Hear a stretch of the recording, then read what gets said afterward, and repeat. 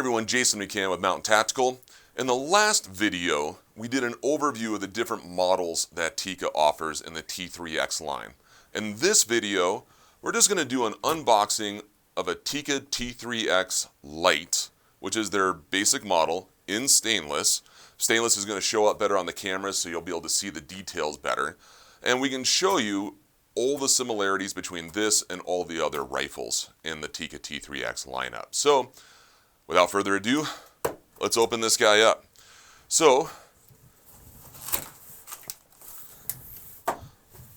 you'll notice at the top of the packaging, everything, it has to survive a trip from Finland, so everything's actually very, very well packaged in here. On top, you have your instruction manual. Hold on to this. Almost everything I see asked on the forums is inside of here. So, definitely, this is a valuable piece of information.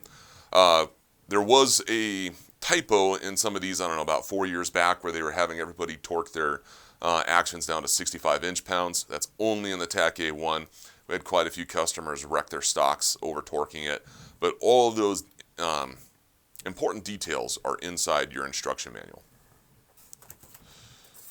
We have this piece of styrofoam that your bolt is in, nice and well wrapped. We'll just throw that down there. Inside, under that piece of styrofoam, you have some sling swivels. The rifle comes with sling swivel studs in the stock, and so if you don't already have a set of these, comes with it in the box. Now, what's interesting, at least in the US side of things, you're in another part of the world, and this is different for you guys. Please put a comment down below. But it is hit or miss on which rifles come with a torque wrench to take the action screws out and or a bolt tool. Some rifles we get come with them, some don't, and every year it seems to change which models Tikka is sending those with. So very interested in what you guys in other parts of the world's experience with this. In the US, every rifle has to come with a lock. This little piece of styrofoam holds the barrel in. We can now take our rifle out of the box, and that's it. We'll set our box aside, dive into our rifle. Okay, so for this purpose, we don't need the lock. I'm just going to throw it to the side. I'm not going to worry about the sling swivels. It's going to set these down here, and the instruction manual, we'll dive into this at a later point. Let's get to the fun stuff.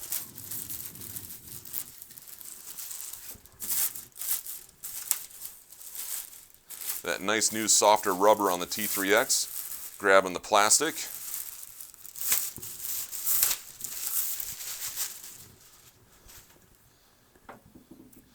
There we go. Get our bolt out of the plastic, and then it's actually real simple. This just came out of the box. We'll just double check, make sure it's clear and safe. And actually, I'm going to take this opportunity, throw one of our chamber flags in here, just so someone starts the video midstream, they know that we've checked that this rifle is safe. Interesting, magazine is missing out of this rifle.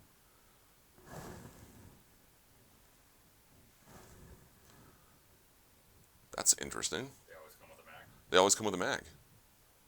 All right, well, we'll track down a magazine. This is actually kind of funny. We're having this happen on video. We'll see what happens. All right, well, we took a quick break, opened up another fresh Tikka. The magazine was in it, so we're going to put this magazine in the rifle as though it was in the box with it. Now, I can honestly say, out of all the Tikkas, brand new Tikkas we've had come through the shop here, that is the first time that's ever happened where we've opened one up and there's no magazine in there. It's supposed to come with at least one magazine. The TAC A1 sometimes comes with 2 magazines. But on these T3X Lites and all the variants, you're supposed to have one magazine in the box. So if you open yours up and you experience what we just experienced, contact your local gun store. They should take care of you. If you need to contact Beretta USA or your local Tikka vendor, or distributor, then go for it. That was pretty wild. I don't know, Colin, I never expected that to happen. Okay, cool. Let's dive in to this rifle. And the great thing is, what's on this rifle is pretty much on every single T3X. Almost everything's the same. It's just the furniture and the colors that are different. So we'll start on the recoil pad. So when Tikka made the variation or that changeover from the T3 to the T3X, they made a few upgrades to the rifle system, the recoil pad being one of them. And with the recoil pad, this is significantly softer. It's still not as good as a limb saver or a Packmeyer, but it is significantly better than the original T3, which was just ridiculously hard rubber. So this is going to be a lot nicer on your shoulder, especially this particular rifle's a 300 Win Mag. It's got a little bit of recoil. So all of the stocks are long glass fiber filled polymer. So what does that mean? That means that when they injection mold these stocks, you have long strands of fiberglass that get put in there with it. So if we melt this down, you're going to see just kind of like a spaghetti, super rigid spaghetti noodle type structure left over. And that's a good thing. So pretty much any high strength fiber reinforced polymer is going to have that. So that's what makes these stocks so strong. I took one, ran it over with my truck, and it did not change shape. It doesn't look like it's as high tech as it is, but this is a significantly high quality stock, significantly well made, high quality stock. So Tikka uses this stock throughout almost its entire range of models. So even the Rough Tech is this exact same core stock. They just put that texture, they spray a textured paint on there to give it that tactile feel. And when you go to the Super Varmint, same stock. The Rough Techs, same stock. The only rifles that have a different stock than this one are the UPRs, the TAC A1s, and then the walnut stock variations. What you'll find is a common theme throughout the entire Tikka T3X lineup is that most of the parts are interchangeable with all the different rifles. This is an incredibly intelligent way to manufacture a product.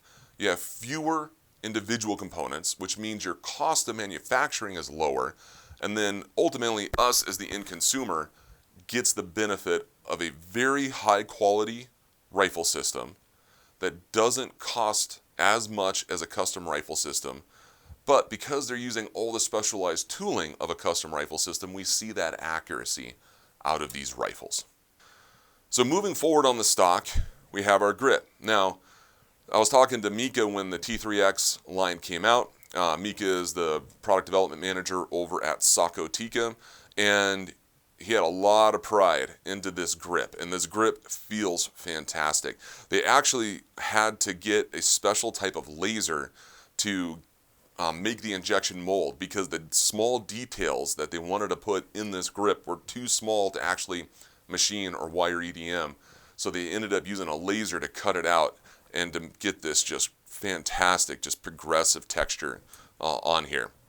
This is more of the rifle style grip, but you remove an Allen bolt on the bottom and you can put a vertical grip on here.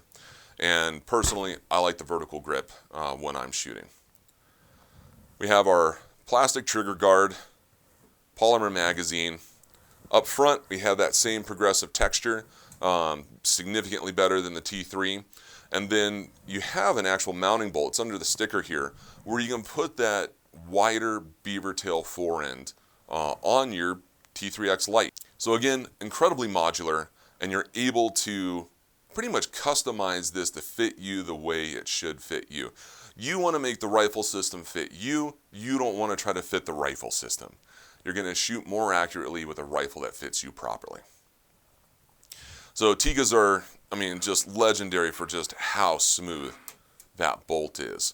And so, yeah, just absolute butter.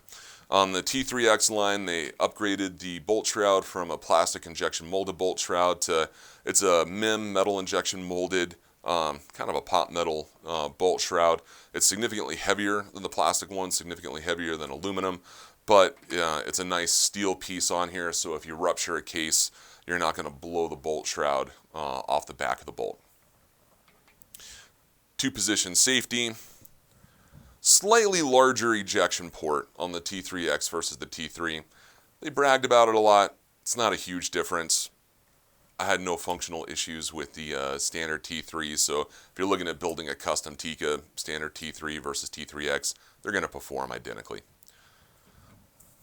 On top of the receiver, they added an extra 648 screw hole, which is kind of strange. There's really no need for it. So if you're going to mount scope rings to the top of your action, pretty much everybody out there is using the exact same 2 bolt hole locations, front and rear, that the T3 had. I can't think of anybody who's using that 3rd bolt hole other than Tikka, and quite honestly, their Picatinny rails are pretty terrible. Because I'm a little biased on that, so I'll just preface with that. But it's a solution looking for a problem.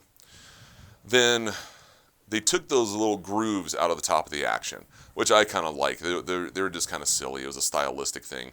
I just like this nice, smooth top action. You still have your dovetail built into the action. That's for, there's optic mounts that you screw on top of the action. There's optic mounts that you attach to the dovetail. A lot of that's personal preference. And then out front here, this is the same light barrel profile that's on the T3. It's on the T3X lights. The super lights have this exact same barrel profile. They just put flutes in it. Shaves about another 3 ounces off the rifle system. So very, very lightweight barrel profile. Sometimes it causes issues when you're threading the muzzle because you don't want to put too small of a thread profile on your muzzle because it can actually open it up, since this is a hammer forged barrel, and you'd lose accuracy. But at the same time, you don't have enough meat there to put a 5/8-24 thread profile on there. So you usually end up putting a 9/16-24 or an M15 thread profile on the muzzle. So just something to be aware of as you're looking at building out your rifle and if you want to put a muzzle brake on there or not. So just something to think about. This particular rifle is a 300 Win Mag. It comes with a 24-inch barrel, and some of the other calibers, the non-magnum calibers, usually come with a 22-inch barrel. So even though this is a very light barrel profile, it's cold hammer forged, which is a really cool process. And when we get to the barrel part of this series, we'll show you more on that. But basically, there's a higher density of metal here than if this was just a traditionally button rifled or cut rifled barrel. So you have a higher level of structural integrity, even though this is a light profile versus a more commonly rifled barrel or constructed barrel. And so you have significantly longer barrel life out of these barrels than you would out of a button rifle or cut rifled barrel. All right, well, this is just a general overview and unboxing of the Tikka T3X light. In the next video, we're going to take the bolt out, we're going to take it apart into its individual components and dive into kind of some of the design features and how this bolt functions the way it is. So we look forward to hearing from you in the comments down below. Do you have a Tikka T3 light? Do you have a Tikka T3X light? What do you like about it? What don't you like about it? What are some questions you have about it? Put those in the comments below. And until the next episode, go get some trigger time.